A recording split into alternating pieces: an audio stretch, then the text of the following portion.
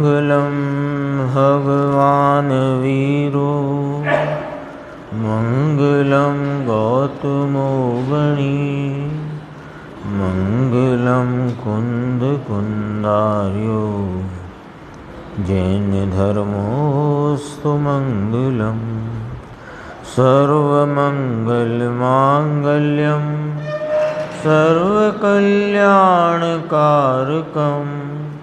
प्रधानं सर्वधर्माणां जैनं जयतु शासनम्। मैं नमो तीर्थनायक को, नमो ओंकार वाणी को, नमो उन कुंद प्रभु को जिन्होंने ओंकार धारण की। अहो उपकार जिनवर का, कुंद का दिव्य वाणी का, जिन कुंद ध्वनि दाता उन कहान स्वामी का। चिदानंद एक रूपाए जिनाए परमात्मने, परमात्म प्रकाशाय नित्यं सिद्धात्मने नमः। योगेंद्र देव कृत ये जो परमात्म प्रकाश नाम का ग्रंथ, इसकी 59 नंबर की गाथा पर कल अपन ने पूज्य गुरुदेव श्री का व्याख्यान स्पष्टीकरण सुना था। उसमें ही कुछ चर्चा आज भी अपन ने उसमें देखी। इस गाथा में आचार्य परमात्मा फरमाते हैं कि जीव भी अनादि का है और कर्म भी अनादि के हैं। तो संसार अवस्था में यह जीव स्वयं से ही संसरित होता हुआ, परिभ्रमण करता हुआ, इसको अनादि से कर्म का संबंध है। तो अनादि कर्म के संबंध में रहा हुआ है। यानी बारीकी से देखो तो कर्म तो संबंध जो कहा वो तो संयोग में संबंध है, और इसकी परिणति में जो भावबंध रूपी संबंध है, वह संबंध जब छूटता है तो यह मुक्त कहा जाता है। तो इसमें एक प्रकरण यह भी लिया कि बंधा हुआ है तब छूटा कहा जाना उचित है। यदि सदैव ही छूटा हुआ मुक्त रूप मानो तो फिर मुक्त हुआ ये वचन तो निरर्थक कहलाएगा। कल अपन ने बात की थी, उसमें थोड़ा गुरुदेव का अपन देखते हैं 147 पेज पे। इसमें क्या है कि वस्तु स्वरूप से तो मुक्त ही, स्वभाव से यह आत्मा सदा मुक्त है, लेकिन पर्याय में भावबंध रूप और संयोग में द्रव्य कर्म का संबंध अनादि का है।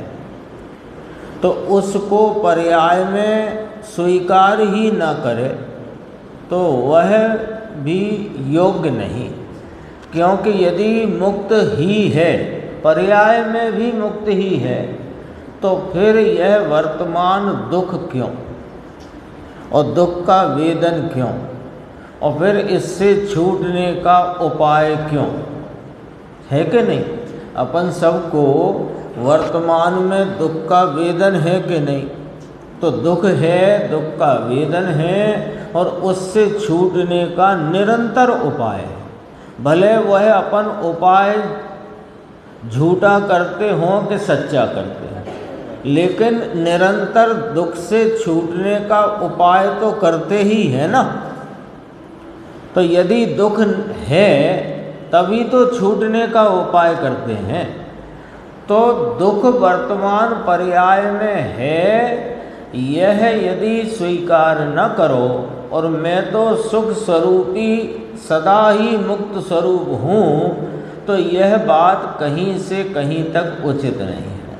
स्वभाव से मुक्त है इसलिए दुखों से छूट सकता है, लेकिन पर्याय में दुख है इसलिए दुख से छूटना है।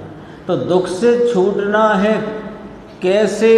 किस मुक्त स्वरूप स्वभाव के आश्रय से। दोनों बातें रखी, दोनों को यथावत स्वीकार न करोगे तो वस्तु स्वरूप ख्याल में नहीं आएगा, और प्रयत्न तो चल ही रहा है दुख से छूटने का, है ना। कोई जीव दुख से छूटने के दुख बिना का नहीं कभी संसार में, और दुख से छूटने के प्रयत्न बिना का नहीं। और प्रयत्न विपरीत दिशा में क्यों चल रहा है? क्योंकि वस्तु स्वरूप का भान नहीं। अभी देखो क्या कहते हैं, जो बिना बंध मुक्ति मानते हैं उनका कथन निरर्थक है। यदि यह अनादि का मुक्त ही हो तो फिर बंध कैसे संभव हो सकता है? एक न्याय ये भी है, यदि ये अनादि का प्रारंभ से स्वरूप से यानी पर्याय में, ये अनादि से पर्याय में शुरू से मुक्त ही है, तो अभी तो ये बंधा हुआ दिखता है, तो क्या मुक्त वस्तु फिर बंध गई? ये भी एक लॉजिक है। और मुक्त हुआ तो बंधा था वह मुक्त हुआ। अनादि का पर्याय में मुक्त हो तो उसे बंध कैसे संभवित होगा? अनादि का पर्याय से शुद्ध ही है। यदि ऐसा कहो तो अशुद्धता का नाश और शुद्धता की स्थिति सिद्ध नहीं होती। लॉजिक है, अनादि का यह जीव पर्याय से शुद्ध ही है। यदि ऐसा मानो तो अशुद्धता का नाश करके शुद्धता की प्राप्ति हुई, ये बात कैसे स्थापित होगी? सिद्ध ही नहीं होगी। पर्याय में भी अनादि शुद्ध हो, द्रव्य शुद्ध है, गुण शुद्ध है, परंतु पर्याय में यदि अशुद्धता ना हो तो अशुद्धता संसार ना हो तो उसका मुक्ति नाम उसका छूटना भी नहीं हो सकता। जो जेल में गया ही नहीं, हाँ, उसकी जमानत कराओ, उसको रिहा कराओ या रिहा हो गया, ये कहाँ से लाएगा? बंद होए तभी मोचन नाम छुटकारा हो सकता है। छूटना ऐसा शब्द है तो इसका अर्थ ही है कि पहले बंद है। अपने आप बिना कहे ये बात स्पष्ट है कि पहले बंद है, तब तो छूटा। यदि बंद ना हो तो मुक्त कहना निरर्थक है। ल्यो, अब जरा देखो गुरुदेव श्री क्या कहते हैं। सदा शिव मानते हैं, सदा शिव। तो सदा शिव जो कहते हैं तो यह कहना निरर्थक है, लेकिन यह बात एक न्याय से सच्ची है। किस न्याय से? कि वस्तु स्वभाव से सदाशिव है। पर्याय में सदाशिवता मानना ये निरर्थक है, व्यर्थ है, झूठा है, खोटा है। परंतु पर्याय अपेक्षा से सदाशिव हो तो पर्याय टालना, शुद्धता होना, वह कुछ रहता नहीं। समझ में आया? सदाशिव तो है ये, पर स्वरूप से सदाशिव है। पर्याय में ही सदाशिवता मानोगे तो उसको टालने की जरूरत क्या है? यदि मैं सदाशिव, सदा माने सदैव, हमेशा, और शिव माने सुखरूप, मुक्त रूप, मोक्ष स्वरूप, तो सदाशिव मान लिया पर्याय में भी। अब पर्याय में भी सदाशिव है तो फिर तुम्हें ये पर्याय टालने की जरूरत क्यों पड़ती है? अभी है कि नहीं बोलो? वर्तमान में दुख है, दुख का वेदन है, उसे टालने का उपाय कर रहे हैं, जो भी कर रहे हैं, तो क्यों टाल रहे हो फिर?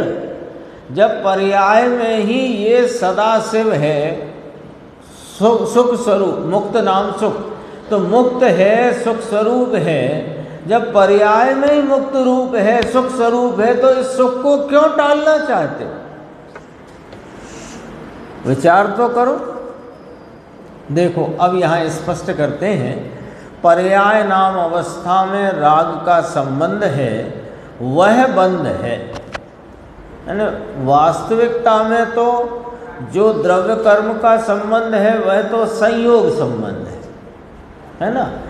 और जो इसको अनादि से जीव को मुक्त पर्याय नहीं है, पर्याय में बंध है। तो पर्याय में बंध कौन सा बंध है? भाव बंध है, भाव बंध। इसकी पर्याय में स्वरूप के भान बिना, स्वरूप के आलम्बन बिना जो बहिर्मुख उपयोग की वृत्ति है, वहाँ उत्पन्न होता राग और उसमें एकत्व करता भावबंध का परिणाम इसको अनादि से है। संसार इसी को कहा।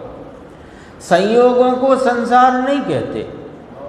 संसार तो जीव की परिणति में स्वरूप से संसरित होकर जो रागादि भाव की उत्पत्ति और उसमें एकत्व का परिणाम, यह संसार है।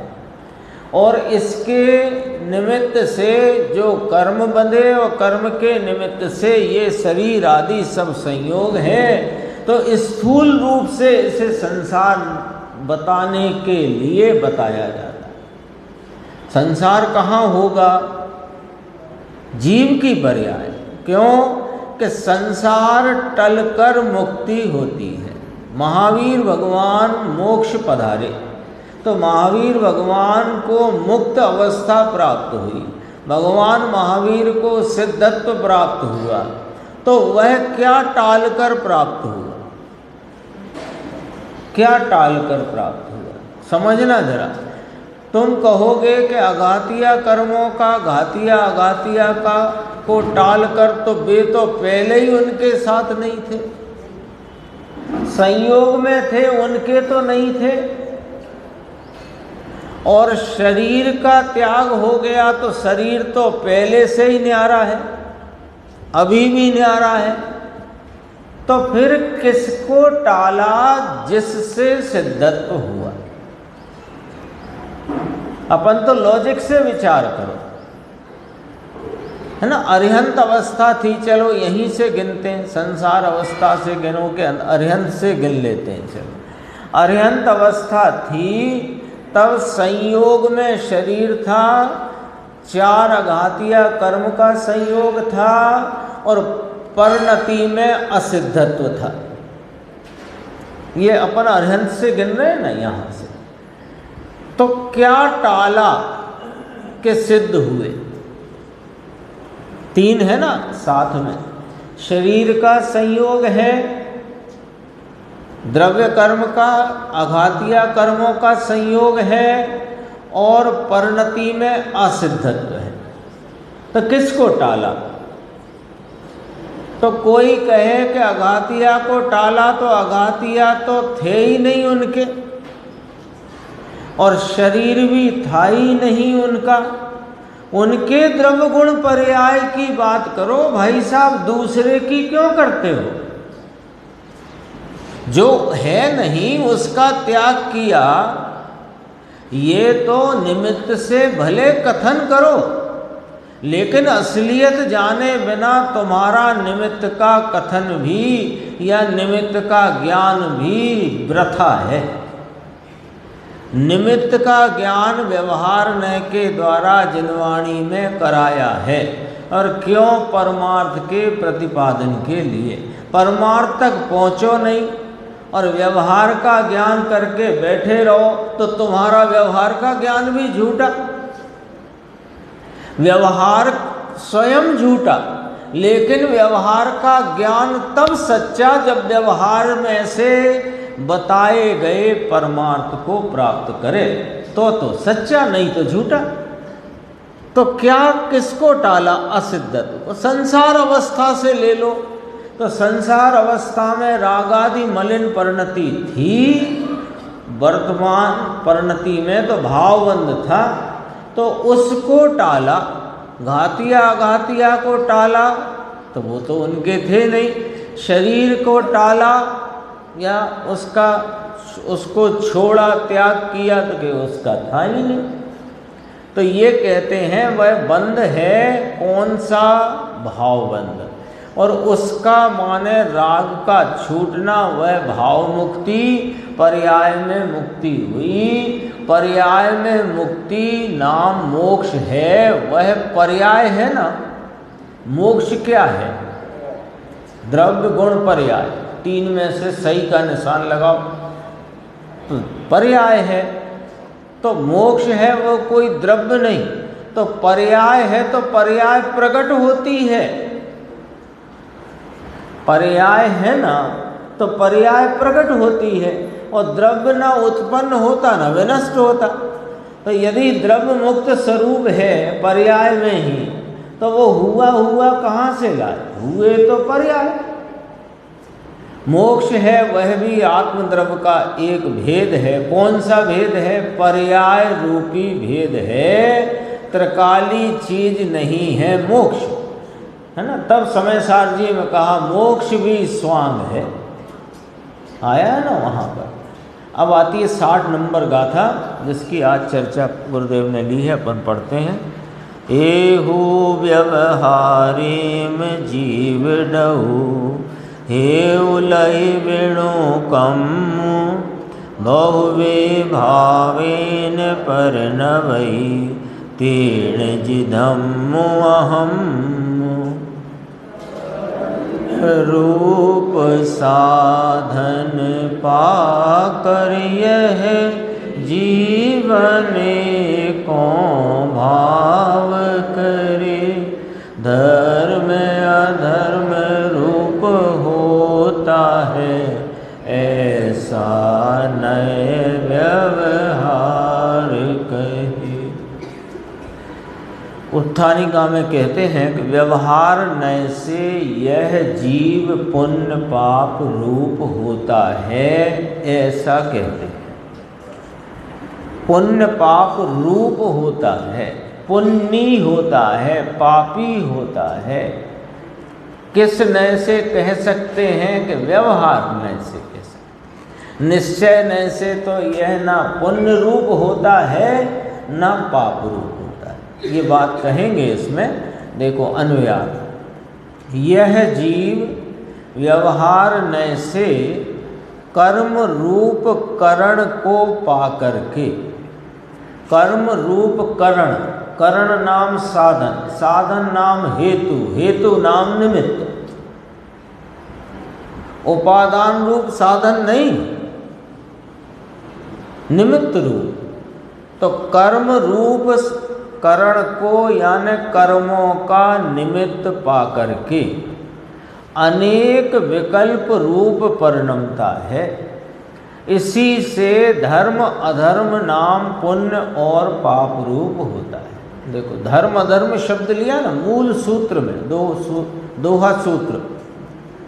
बहुवे भावे परनवई तेण जिधम्म अहम। धर्म अधर्म होता है, बहुत प्रकार के भावों से परिणमता हुआ वह जीव धर्म अधर्म होता है। यही आया ना, धर्म अधर्म माने पुण्य पाप, ये इसकी खुलासा आएगी। भावार्थ, यह जीव शुद्ध निश्चय नय से वीतराग चिदानंद स्वभाव है, तो भी व्यवहार नय से वीतराग निर्विकल्प स्वय संवेदन के अभाव से रागादि रूप परिणमने से उपार्जन किए हुए शुभ अशुभ कर्मों के कारण को पाकर पुण्य तथा पापी होता है। देखो 3 लाइन है और कहना चाहिए कि गरिष्ठ है 3 लाइन। यानी से पढ़ने में तो सामान्य लगती है, पर इसमें पूरी व्यवस्था को ही यहाँ बता दिया है। देखो अपन अब इसको ऐसे पढ़ते हैं। पहला पॉइंट, जो पहली पंक्ति आधा वाक्य, यह जीव शुद्ध निश्चय से वीतराग चिदानंद स्वभाव है। अंडरलाइन कर दो। शुद्ध निश्चय नय से माने यथार्थतया परमार्थतया वास्तविकता में असलियत से। असलियत से देखो तो यह जीव वीतराग चिदानंद स्वभाव है। एक बात ये रख लो अपने पास। अब कहते हैं, अब जरा भाषा को अपन थोड़ा आगे पीछे करते हैं। व्यवहार ने से इसको स्वयं संवेदन ज्ञान का अभाव हुआ है, ऐसा नहीं पढ़ना है। पढ़ना ऐसा है कि वीतराग, ऊपर कहा था ना, शुद्ध निश्चय न से असलियत में वीतराग चिदानंद स्वभाव है। इस वीतराग चिदानंद निर्विकल्प स्वभाव के स्वयं संवेदन ज्ञान का इसको अभाव चल रहा है तो कैसा? वीतराग चिदानंद स्वभाव है ना। वीतराग माने राग रहित, चिद माने ज्ञान दर्शन, आनंद माने सुख स्वरूप।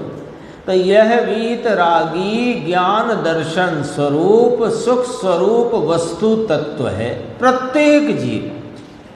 अब यह अपने इस वीतरागी निर्विकल्प शुद्ध पवित्र ज्ञान दर्शनमयी आत्मा के आस्वादन नाम स्वयं संवेदन ज्ञान से वंचित है।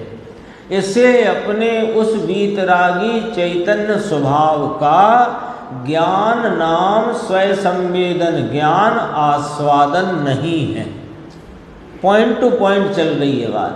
असलियत में तो वीतरागी चिदानंद स्वरूप है।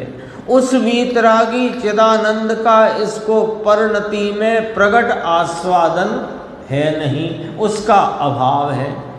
उसके अभाव में यह रागादि रूप परिणमता है। तो रागादि रूप से परिणमता है तो इसने व्यवहार नय से शुभ अशुभ कर्मों को उपार्जित किया। यहां लगा आकर व्यवहार में, समझ में आई बात? व्यवहार नय से स्वरूप का क्या आस्वादन का अभाव है ऐसे नहीं पकड़ना है। स्वरूप के आस्वादन का अभाव तो खुद के अपराध से है और वह परिणति की सच्चाई है। लेकिन उस स्वरूप के स्वयं संवेदन के अभाव में क्या चल रहा है? कुछ तो चलेगा ना। है तो वीतराग चिदानंद स्वरूप, तो वीतराग चिदानंद स्वरूप का भान नहीं, उसका आस्वादन नहीं, तो क्या चल रहा है कि इसका पर द्रव्यों पर लक्ष्य चलने से राग की मलिन परिणति रूप परिणमन चल रहा है। शुभ राग अशुभ राग, कषाय की मंदता का, कषाय की तीव्रता का परिणमन इसको चल रहा है। ठीक बात है। अच्छा, अब उससे क्या गड़बड़ हो रही है कि उससे यह उपार्जित कर रहा है शुभ अशुभ कर्मों को। वे कैसे? वो उपार्जन किसने किया कि वो कर्मों का उपार्जन कर्मों में हुआ है, तथापि वह जीव के परिणाम शुभ अशुभ उसमें निमित्त हैं। इसलिए यह कहने में कोई दिक्कत नहीं कि व्यवहार नय से इसने शुभ अशुभ कर्मों को उपार्जित किया है। अब वे जो उपार्जित किए हैं कर्म, वे ही निमित्त होते हैं इसके पुण्य पाप रूप परिणमन में, और ये पुण्य ही पापी कहलाता है। धर्म अधर्म, पुण्य माने पुण्य करने वाला, पापी माने पाप करने वाला। तो जीव अब इतनी बात हो गई। तो शुद्ध निश्चय न से देखो तो जीव ना पुण्य है ना पापी है, लेकिन संसार में भटक रहा है। तो संसार में भटकने का कारण कौन? कि स्वयं संवेदन ज्ञान का अभाव। उसके कारण ये विविध रूप भावों में रागादि में परिणमता हुआ पुण्य तथा पापी होता है। इतनी यहाँ तक हो गई। समझो ये 3 पंक्तियों में संसार का सारा खेल खड़ा कर दिया। पूरा संसार क्यों चलता है वो सारी बात सामने आ गई। अब कहते हैं यद्यपि यह व्यवहार नय से पुण्य पाप रूप है, जीव पुण्य पाप रूप स्वभाव से नहीं है।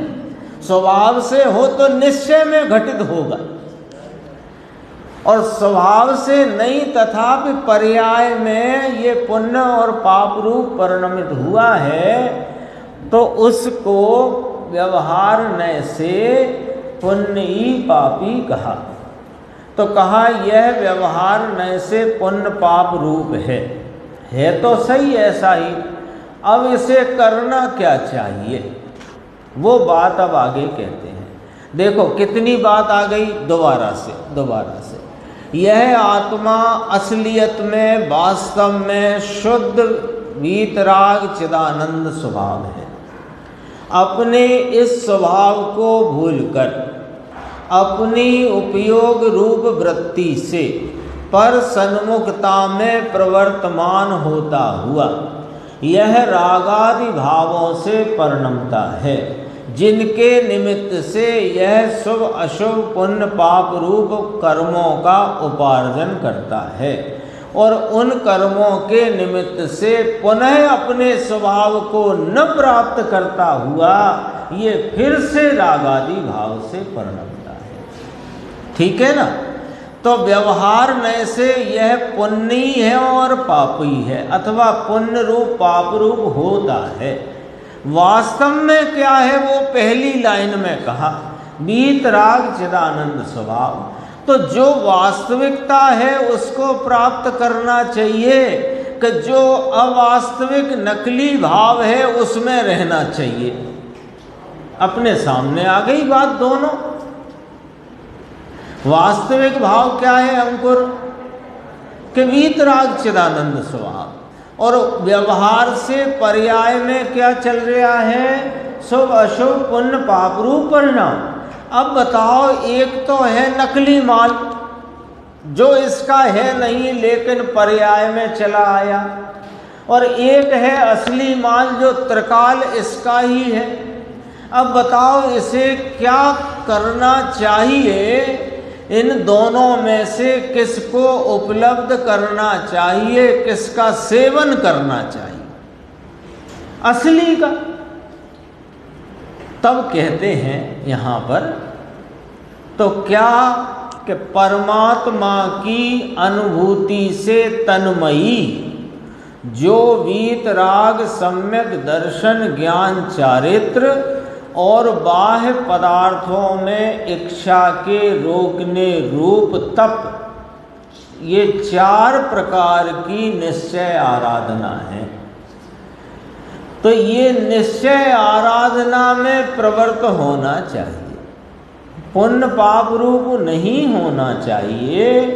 अपना जो असली माल है वो तो वीतराग चिदानंद स्वरूप है, उसके आस्वादन पूर्वक अपने वीतराग सम्यक दर्शन, वीतराग सम्यक ज्ञान, वीतराग सम्यक चारित्र और बाह्य पदार्थों की इच्छा के निरोध रूप तप, ये 4 निश्चय आराधना है। ये करना चाहिए। यहाँ तक बात आई।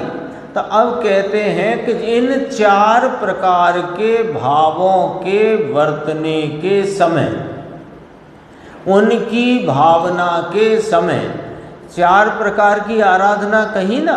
देखो, सम्यक दर्शन ज्ञान चारित्र 3 तो हैं ही, और एक उसमें विशेष उग्रता रूप तप। ऐसे 4 प्रकार की निश्चय आराधना, ये इसकी भावना नाम इसका जो परिणमन है, उस समय उपादे रूप वीतराग परमानंद जो मोक्ष का सुख, उससे अभिन्न आनंदमयी ऐसा निज शुद्धात्मा ही उपाधि है।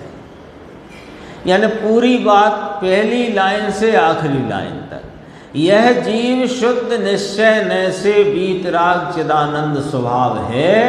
अंतिम लाइन, ऐसा मोक्ष के सुख से अभिन्न आनंदमयी निःशुद्धात्मा ही उपादेय है। बीच में क्या गड़बड़ चल रही है वो बताया, गड़बड़ छोड़ना है ये बताया, क्या करना है ये बताया कि सम्यक दर्शन वीतराग, सम्यक दर्शन ज्ञान चारित्र और स्वरूप की एकाग्रता का उग्र पुरुषार्थ रूप तप, ये 4 प्रकार की निश्चय आराधना का परिणमन, इस परिणमन में ही यह आत्मा उपादेय होता है। अन्य सब ले, अन्न में क्या क्या रखोगे अब बोलो, सब आ जाएगा इसमें, दया दान व्रत भक्ति पूजा महाव्रत सब अन्य आ गया कि नहीं आ गया? अन्य सब हे है। देखो गुरुदेव का यहाँ से ही शुरू किया। गुरुदेव ने जो स्पष्टीकरण किया उसमें मुख्य बात ये ली कि धर्म अधर्म का अर्थ यहाँ पुण्य पाप लेना है। धर्म अर्थात पुण्य और अधर्म अर्थात पाप। यहाँ ये शब्द है, धर्म अधर्म है ना शब्द, धर्म अर्थात पुण्य, अधर्म अर्थात पाप। व्यवहार नय से यह जीव पुण्य पाप रूप होता है। पर्याय में पुण्य पाप की मलिन अवस्था रूप होता है, परंतु स्वभाव में नहीं। छठवीं गाथा याद करो, छठवीं गाथा में आया ना, यह जीव कभी पुण्य पाप रूप हुआ ही नहीं। वस्तु कभी मलिन हुई है ऐसा नहीं है। वस्तु तो सदा पवित्र त्रिकाल है। अभी कह रहे थे कि सदा से मत कहो, तो पर्याय में मत कहो। स्वभाव से तो सदा शिव ही है, मुक्त स्वरूप ही है, पवित्र ही है। वस्तु तो सदा पवित्र त्रिकाल है, परंतु व्यवहार नय से, पर्याय दृष्टि से वर्तमान में पुण्य पाप रूप होता है, ऐसा कहते हैं। आगे थोड़ा और देखेंगे। देखो 150 पे, वीतराग चिदानंद स्वभाव है तो भी व्यवहार नय से वीतराग निर्विकल्प स्वयं संवेदन ज्ञान के अभाव से। देखो अब इसको समझाते हैं गुरुदेव। भाषा तो अब वो लिखित में भाषा ऐसी आती है ना, उसका अर्थ समझना। परंतु वर्तमान में उसे वीतराग निर्विकल्प स्वयं संवेदन ज्ञान का अभाव है तो वीतराग चिदानंद स्वभाव, पर परिणाम में वर्तमान दशा में उसको अपने निर्विकल्प स्वयं संवेदन ज्ञान का अभाव है। पर्याय में वीतराग निर्विकल्प स्वयं संवेदन से आया ना, तो संवेदन में सम और वेदन 2 शब्द हैं। तो सम का अर्थ है, स्वयं का अर्थ है अपना, सम का अर्थ है प्रत्यक्ष, और वेदन माने अनुभव। तो अपने स्वरूप का प्रत्यक्ष अनुभव ज्ञान का अभाव है। इसलिए पर्याय में रागादि रूप परिणमने से उपार्जन किए शुभ अशुभ कर्मों के, इसलिए पर्याय में रागादि रूप परिणमने से, कहाँ परिणमता है रागादि रूप? पर्याय में। वस्तु तो वीतराग स्वरूप है। शुभ अशुभ कर्म उसके कारण को पाकर पुण्य तथा पापी होता है। समझ में आया? धम्मा धम्मा में ना, तो गुरुदेव ने 404 गाथा समय सार की याद करी, सर्वविशुद्ध ज्ञान अधिकार। ये देखो है ना, इसमें गुरुदेव ने क्या ध्यान दिलाया है अपने को। देखो धर्म अधर्म पुण्य पाप भी आत्मा में है, ऐसा कहते हैं, है ना। अभी उसको समझाएंगे। सम्यक्त अरुसंयम तथा पूर्वांगत सब सूत्र जो धर्माधर्म धर्म अधर्म धर्माधर्म दीक्षा सब ही बुद्ध पुरुष माने ज्ञान को, ज्ञान नाम आत्मा को। बुद्ध पुरुष माने ज्ञानी जन, ज्ञान को ही सम्यक दृष्टि, यानी ज्ञान की पर्याय में जो दृष्टि सम्यक है वह आत्मा की सम्यक दृष्टि। ज्ञान को ही संयम, ये आत्मा का ज्ञान वही संयम रूप कहा। अंग पूर्वगत ज्ञान वह भी उसकी पर्याय है। अंग पूर्व का ज्ञान यानी द्वादशांग का ज्ञान, वह भी उसके शुद्ध ज्ञान रूप परिणाम है, वो आत्मा ही है।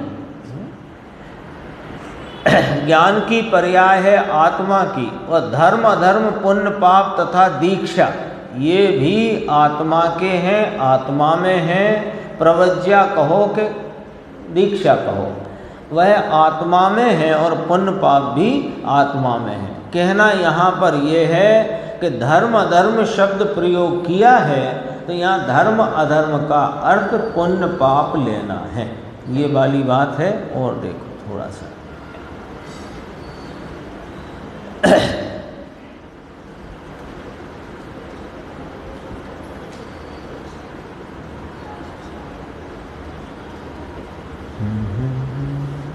ये देखो यहाँ था 152 पेज।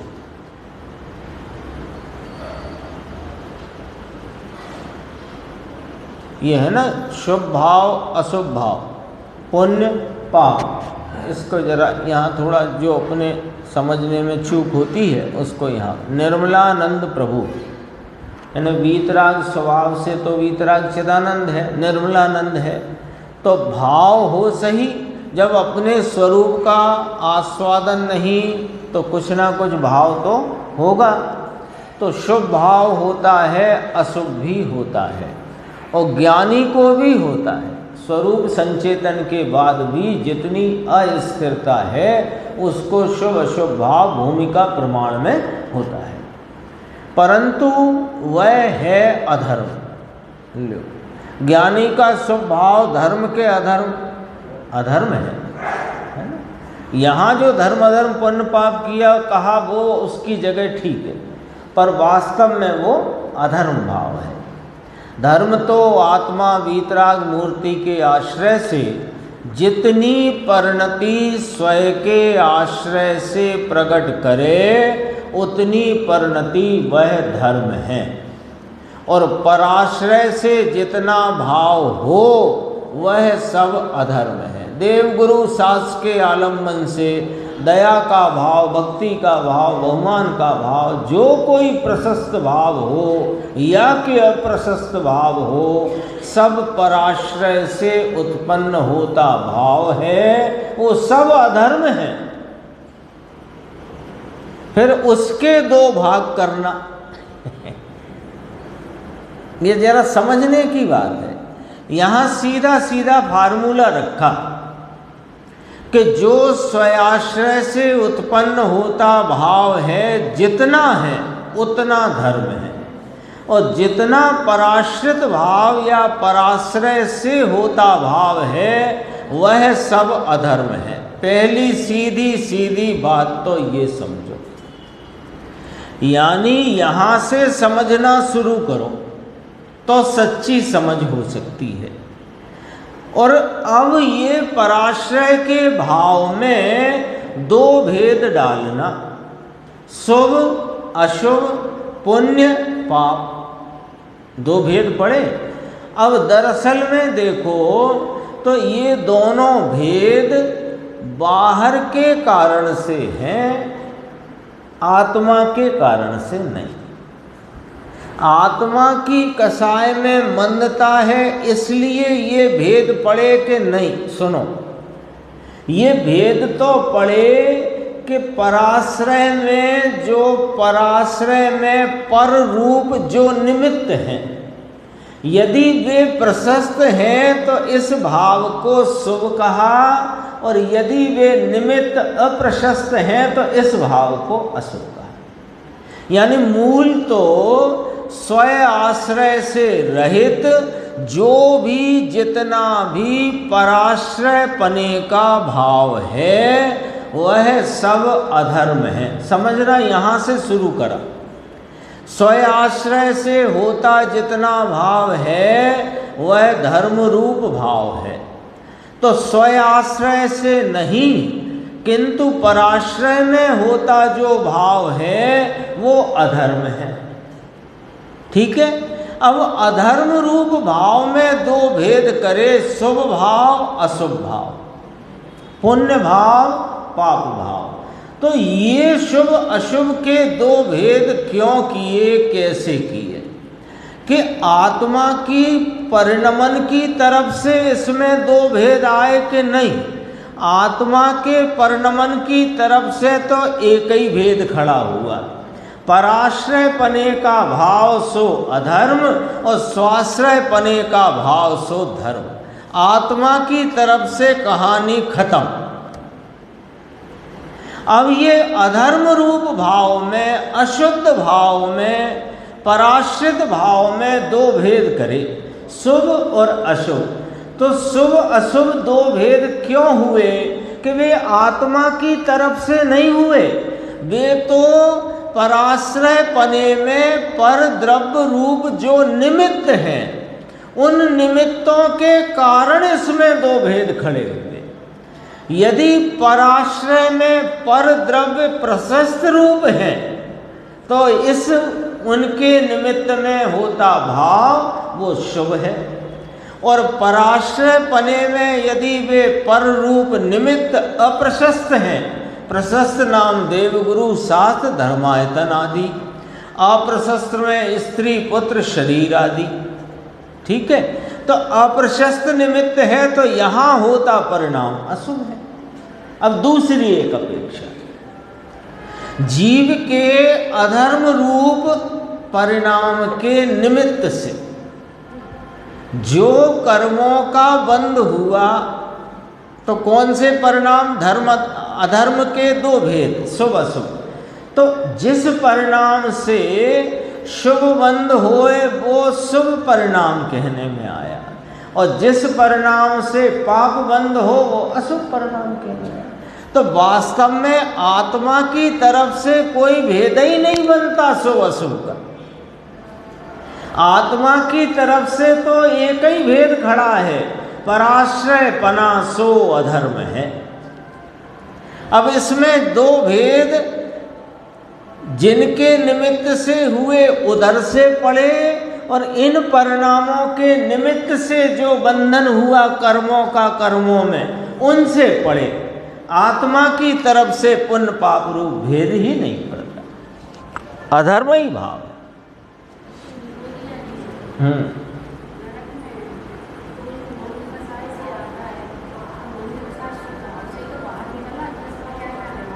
हाँ, ये देखो, एक तो ये उपदेश मनुष्य की अपेक्षा है मुख्य, एक तो है ना मनुष्य पर्याय की अपेक्षा। दूसरी बात, चलो निगोद में लगाते हैं। निगोद में भी भाव पराश्रय पने का ही है, निमित्त नहीं है, लेकिन दोनों तरफ से बात करी ना। जिनके निमित्त से शुभ कर्म बंधे वे शुभ भाव कहलाए, और जिसके निमित्त से पाप बंधे वे अशुभ भाव कहलाए। बंधन तो है ना उसको, तो दोनों तरफ से बात करी है ना। यानी अपने को पॉइंट पकड़ना है कि आत्मा पुण्य पाप रूप परिणमता है, ये वास्तव में एक ही भाव है। दो प्रकारता तो निमित्तों के कारण पड़ती है, आत्मा के परिणमन के कारण से नहीं। आत्मा का परिणमन के दो हिस्से बनते हैं। यह आत्मा उपयोग स्वरूप है, उपयोग भाव से वर्तता है। उपयोग की दो दिशा है, स्वयाश्रय रूप, पराश्रय रूप। तो पराश्रय में जितना भाव है वो अधर्म रूप भाव है, और स्वयाश्रय का भाव है वो धर्म रूप भाव है। सीधी सीधी जाके अब निगोद में जाते हैं अपन, अथवा त्रियंच की और अल्प छोटी पर्यायों में भी देखो, तो उपदेश में हमेशा पहले बात ये देखना कि ये मनुष्य की अपेक्षा से है, क्योंकि उपदेश जिनके बीच में चल रहा है वो मनुष्य की अपेक्षा है ना, एक बात। दूसरी बात, निगोद में भी बंध तो है ना, तो जो पुण्य बंधा जिस भाव से वो शुभ कहलाया, और पाप बंधा सो अशुभ कहलाया, लेकिन है तो पराश्रय का भाव। बस इतना करना है। और भी चर्चा आई है, वो शायद कल के प्रवचन में अब आएगी, तो अपन उसको कल देखेंगे। ज्ञान गोष्ठी में अपना जो क्रमबद्ध पर्याय का अधिकार चलता है, उसमें अंतिम प्रश्नों की तरफ अपन पहुंच गए हैं उस अधिकार के, और वे बहुत ही गंभीर गंभीर प्रश्न हैं। देखो 589 नंबर का प्रश्न, हमारी काल लब्धि नहीं पकी इसलिए सम्यक दर्शन नहीं होता ना। अब काल लब्धि नहीं पकी है तो सम्यक दर्शन नहीं होता, क्या करें? तो देखो उत्तर देखना, नहीं नहीं ऐसा नहीं है, तुम्हारा पुरुषार्थ नहीं है इसलिए सम्यक दर्शन नहीं होता। पहले इतनी बात समझ लो अच्छे से, है ना, जमा के बिल्कुल। पहले कहते थे ना स्कूल में, जमा जमा के लिखो, मैंने जल्दबाजी मत करो, अच्छे धीरे धीरे सही अक्षर बराबर बना के लिखो। वो लिखने की बात थी, यहाँ भी धीरे धीरे अच्छे से जमा के बैठाओ कि तुम्हारा पुरुषार्थ नहीं है इसलिए सम्यक दर्शन नहीं होता। काल लब्धि की भाषा सुनकर धारणा कर ले और ऐसा बोले तो यह नहीं चलेगा। आगम से, ज्ञानियों से समवाय के रूप में, लब्धि के रूप में काल लब्धि की बात सुन ली, कार्य तो अपनी काल लब्धि से होता है। क्रमबद्ध का तो वैसे ही अधिकार चल रहा है, जो पर्याय जिस समय में जहाँ जिस निमित्त से जिस क्षेत्र में जैसी होनी है वह पर्याय उसी क्षेत्र में उसी निमित्त से वहाँ वैसी ही होती है, तो काल लब्धि से होती है। तो पहले तो ये समझ लो कि काल लब्धि क्या होती है, कि जो कार्य जिस समय में उत्पन्न हुआ उस कार्य की वही काल लब्धि कहलाती है ना, एक सीधी बात। अब गुरुदेव यहाँ कहते हैं कि काल लब्धि की भाषा सुनकर तुमने धारणा कर ली, विकल्पात्मक ज्ञान में ये बात लेकर के बैठ गए और कहने लगे कि हमारी काल लब्धि नहीं पकी इसलिए हमको सम्यक दर्शन नहीं होता, और स्वयं पुरुषार्थहीन होकर के पड़ा है। तो पुरुषार्थ नहीं है इसलिए सम्यक दर्शन नहीं होता। आगे देखो, भगवान ने देखा होगा तब होगा, ऐसी धारणा कर लेने से काम नहीं बनेगा। भगवान ने देखा है उसकी तुमको प्रतीति है क्या? भगवान ने देखा है, भगवान तीन काल तीन लोक के समस्त पदार्थों को अपने केवल ज्ञान की एक समय की पर्याय में वर्तमानवत प्रत्यक्ष जानते हैं। ऐसा तुमने कहाँ से जाना कि हमने साहब आगम से जाना, शास्त्र से जाना? अच्छा, वो चार बात कहीं थी, कल परसों कहीं थी कि ये तुमने आगम से जाना, क्या जाना कि वे केवल ज्ञान में तीन काल तीन लोक के सब द्रव्य गुण पर्याय जानते हैं। ठीक है, तो काय से जानते हैं? केवल ज्ञान से। केवल ज्ञान काय का परिणमन है, कहाँ से आया? कि ज्ञान स्वभाव से। तो ज्ञान स्वभाव, उनके ज्ञान स्वभाव से उनको आया, तो तुम भी ज्ञान स्वभावी हो, तो तुम अपने ज्ञान स्वभाव को जानते हो क्या? तो यदि तुम अपने ज्ञान स्वभाव को नहीं जानते तो तुमको यह विश्वास भी कैसे हो गया कि केवल ज्ञान में जो आया है वही होता है? क्योंकि अपने सर्वज्ञत्व स्वरूप का विश्वास किए बिना सर्वज्ञपना रूप परिणमन का विश्वास भी तुम्हारा सच्चा नहीं है। भगवान ने देखा है उसका यथार्थ ज्ञान करे, यथार्थ निर्णय करे, तो जो भगवान ने देखा है वही होता है।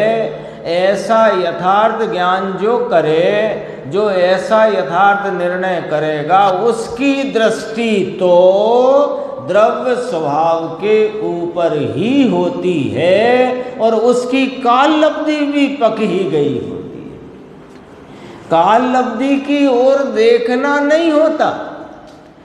काल लब्धि, अभी कहा था, काल लब्धि तो उसे कहते हैं कि जो पर्याय अपने स्वकाल में जब उस रूप परिणमित हुई वह उस पर्याय की काल लब्धि है। तो सर्वज्ञ का निर्णय, सर्वज्ञ की सर्वज्ञता का निर्णय, उनके ज्ञान स्वभाव का निर्णय अपने ज्ञान स्वभाव की दृष्टि बिना नहीं होता।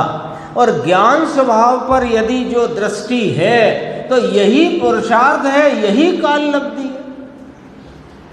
ये तुम्हारे प्रश्न पुरुषार्थ से होता है कि काल लब्धि से होता है, जब काल लब्धि से ही होता है तो पुरुषार्थ की क्या आवश्यकता है।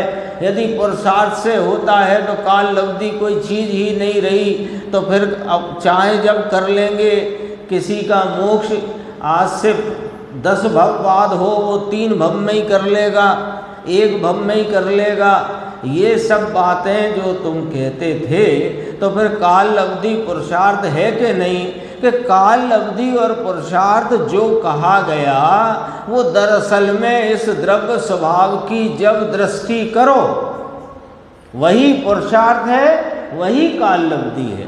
काल लब्धि की तरफ देख करके पुरुषार्थहीन होना और मैं पुरुषार्थ करके काल लब्धि ले आऊँगा ऐसा हठाग्रही होना, दोनों झूठ है। समझ में आई बात? काल लब्धि की ओर देखकर बैठे रहना ये भी पागलपना है, मूढ़ता है। और मैं तीव्र पुरुषार्थ करके उस पर्याय को पहले ही ले आऊँगा, ये भी हठाग्रह पने रूप मूढ़ता है। दरअसल में तो जो वस्तु का स्वरूप है तो मैं कौन हूँ, मेरा क्या स्वरूप है, उसका एकदम यथार्थ निर्धारण करके उसका आलम्बन लेना, उसको अपने दृष्टि में स्वीकार करना, उसकी प्रतीति करना, यही पुरुषार्थ है, यही इस कार्य की काल लब्धि है। सारे प्रश्नों का जवाब निकल आया कि नहीं निकल आया? बोलो। पर के कार्य करने में तो उल्टा पुरुषार्थ बराबर करता है। यानी वहाँ ये चाहता है मैं चाहूँ सो कर दूंगा। राकेश भाई बोले कि ये काम तो नहीं हो सकता, निर्देश भाई बोले अरे कैसे नहीं हो सकता, अभी सब हो जाएगा, रुको तो सही। तो ऐसा है ना, ये इस प्रकार की राग वृत्ति की बात नहीं कर रहे, इस प्रकार की कर्तृत्व बुद्धि है, वो मूढ़ता है। तो कहते हैं पर के कार्य करने में उल्टा पुरुषार्थ बराबर करता है और स्वयं के आत्म कार्य में काल लब्धि का बहाना निकालकर पुरुषार्थ नहीं करता तो सम्यक दर्शन कहाँ से होगा? है ना, दोनों का जवाब है। पुरुषार्थ और काल लब्धि दो शब्द ऐसे चल रहे हैं कि जब क्रमबद्ध पर्याय की बात आती है तो ये दो शब्द यहाँ शोर मचाने लगते हैं चित्त में। पुरुषार्थ से होगा कि काल लब्धि, काल लब्धि नहीं मानेंगे तो फिर पुरुषार्थ से फिर मानना पड़ेगा, और पुरुषार्थ से मानेंगे तो फिर काल लब्धि नहीं मानेंगे। अरे दोनों मान लो भैया, कैसे कि उनकी तरफ देखना बंद कर दो और स्वभाव के प्रति का पुरुषार्थ करो। यही वास्तव में स्वरूप की दृष्टि हो जाना ही पुरुषार्थ है और यही इस पर्याय की काल लब्धि। अगला प्रश्न है, देखो 590। आप कहते हैं कि अकस्मात कुछ भी नहीं होता, अतः ज्ञानी निशंक और निर्भय है, परंतु समाचार पत्र में तो अकस्मात दुर्घटना के बहुत समाचार आते हैं। इसका क्या अर्थ है? सो कह दो साहब कि जगत में अकस्मात कुछ होता ही नहीं। जिस द्रव्य की जो पर्याय जिस काल में होना है वही होती है। तो ये समाचार पत्र में बहुत अकस्मात अकस्मात आता है। तुम क्या धारण करके बैठे हो? और तुम्हारी धारणा से विरुद्ध कार्य होता है अथवा जल्दी कार्य होता है तो तुम्हें अकस्मात लगता। आजकल बहुत सारी खबरें आ रही हैं, 50 साल 48 साल 52 साल के, है ना, एक तरह से युवाई कहलाते हैं आजकल के स्वास्थ्य की दृष्टिकोण से। ऐसे युवा अचानक हार्ट फेल हो गया, अचानक। अरे अचानक कुछ नहीं हुआ, अचानक उसमें अचानक शब्द का या अचानक पने की मान्यता हमारे यहाँ क्यों खड़ी हुई? हमको लगता था अभी तो ये चलेगा और वो नहीं चला, तो अकस्मात। तो अखबार भी ऐसे ही छापेगा अकस्मात, क्योंकि लोक में जिस प्रकार किसी चीज के बहुत समय तक रहने की एक मान्यता संभावना के रूप में खड़ी हो, कोई बिल्डिंग बनी तो मानते हैं 100 साल तो कम से कम रहेगी, और अगले साल ही भरभरा के गिर पड़ी, पुल टूट गया तो अकस्मात। तो ये तो तुम्हारी लोक की मान्यता है, लेकिन वास्तविक वस्तु स्वरूप कहता है कि जिस द्रव्य की जो पर्याय जिस काल में होना हो वही होती है। देह छूटने का काल जिस क्षेत्र और जिस निमित्त से हो उसी प्रकार देह छूटती है, उल्टा सीधा, आगे पीछे या अकस्मात किसी पदार्थ का परिणमन नहीं होता, व्यवस्थित ही होता है। यहाँ तक अपनी चर्चा आई। एक और पढ़ लेते हैं, इसके बाद का प्रश्न थोड़ा बड़ा है, कल अपन उसमें समय देंगे। देखो, धर्म का मूल सर्वज्ञ है, उस सर्वज्ञ को माना ऐसा कब कहा जाए? ये प्रश्न है।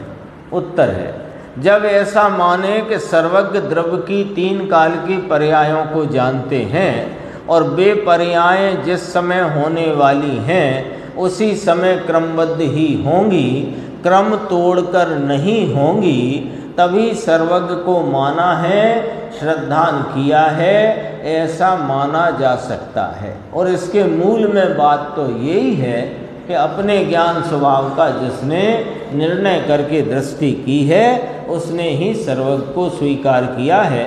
आगे प्रश्न थोड़ा सा गंभीर है, अपन आगे की स्वाध्याय में